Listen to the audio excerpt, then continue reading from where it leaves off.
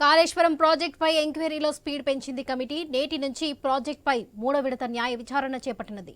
అందులో భాగంగా justice PC Ghosh ఇవాళ తెలంగాణకు రానున్నారు. అన్నారం సుందెల బ్యారేజీలకు బృందం పరిశీలించనుంది. ఈ నెల 20 వరకు హైదరాబాద్లోనే బృందం ఉండనుంది. ఈ నెలాఖరు నాటికి నివేదిక ఇవ్వనుంది.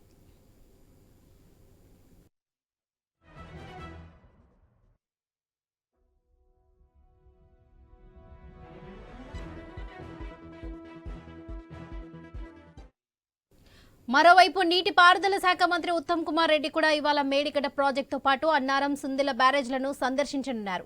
ఈ నేపథ్యంలో సిబ్బంది, ఇంజనీర్లు అందుబాటులో ఉండాలని ఎలాంటి నవయుగ నిర్మాణ సంస్థల ప్రతినిధులకు ఆదేశాలు అందాయి. పరిశీలన అనంతరం మంత్రి ఉత్తమ్ మీడియాతో మాట్లాడే అవకాశం ఉంది.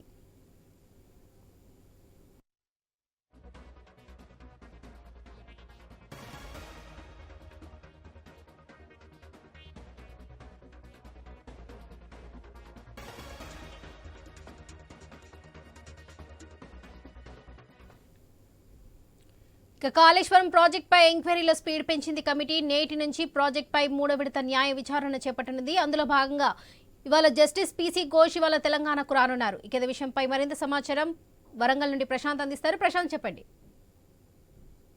లక్ష్మి, ఈరోజు మేడిగడ్డకు మంత్రి ఉత్తమ్ కుమార్ రెడ్డి రానున్నారు. భారీ నీటిపారుదల శాఖ మంత్రిగా అక్కడ జరుగుతున్న పనులు, మరమ్మతులకు సంబంధించినటువంటి పురోగతిని తెలుసుకొని ఇంకా చేయాల్సిన పనులు ఏంటి, అక్కడ జరిగిన లోపాలు ఏంటి అని అటు నిపుణుల కమిటీ కావచ్చు, ఇటు ఇంజనీరింగ్ అధికారులు, ఇటు ఎడ్యుకేషన్ అధికారులతో సమక్షంలో ఈ రోజు అటు ఆ కాళేశ్వరం ప్రాజెక్టులోని 3 బ్యారేజీలకు సంబంధించి అన్నారం, సుందిల్ల, మేడిగడ్డ 3 బ్యారేజీలను పరిశీలించనున్నాడు. ముఖ్యంగా మొదట అటు హైదరాబాద్ నుంచి ప్రత్యేక హెలికాప్టర్ ద్వారా నేరుగా అన్నారం చేరుకొని అనంతరము సుందిల్ల బ్యారేజీని పరిశీలించి అక్కడి నుంచి నేరుగా మేడిగడ్డకు వస్తాడు. మేడిగడ్డలో అటు బుంగల పనుల పురోధన కావచ్చు, మరోవైపు ఇటు గేట్ల మరమ్మతులు కావచ్చు, ఇవన్నిటిపైన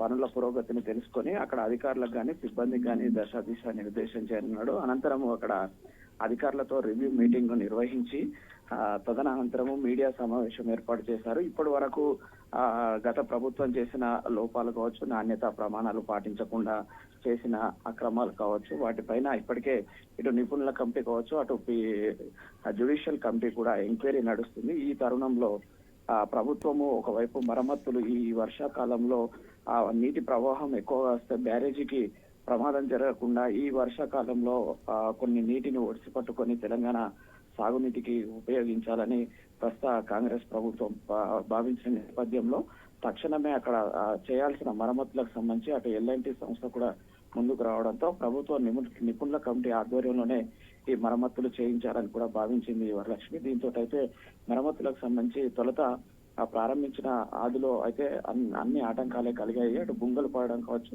ఇటు గేట్లను ఎత్తే క్రమంలో భారీ శబ్దాలతో కూడినటువంటి ప్రమాద సూచికలు చూపించడం కావచ్చు, వాటన్నిటినీ అటు నిపుణుల సంరక్షణలో అధిగమిస్తూ ఇటు మరమ్మతులు అయితే కొనసాగుతున్న పరిస్థితి ఉంది. ఇప్పటికే 45,000 ఇసుక బస్తాలతో ఆ బుంగలన్నీ కూల్పించి అనంతరము వాటిపైన స్లాబ్స్ అన్ని కూడా వేస్తున్నారు. ఎందుకంటే కింద పిల్లర్లకు సపోర్ట్ గా స్లాబ్ల నిర్మాణం జరిగితే పిల్లర్లకు ఎలాంటి ఇబ్బందులు తలెత్తకుండా ఉంటుంది కాబట్టి ప్రస్తుతం అయితే బ్యాలెన్స్డ్ గా అది చేస్తున్నారు. అనంతరము పిల్లర్లలో ఉన్నటువంటి పగుళ్ళు కావచ్చు, ఆ గేట్లలో వచ్చిన లోపాలు కావచ్చు, వాటన్నిటిని కూడా సరిచేసి ఈ వర్షాకాలంలో ప్రమాదం లేకుండా బ్యారేజీకి ఎలాంటి ఇబ్బందులు తలెత్తకుండా అయితే తాత్కాలిక మరమ్మతులు అయితే శరవేగంగా సాగుతున్నాయి.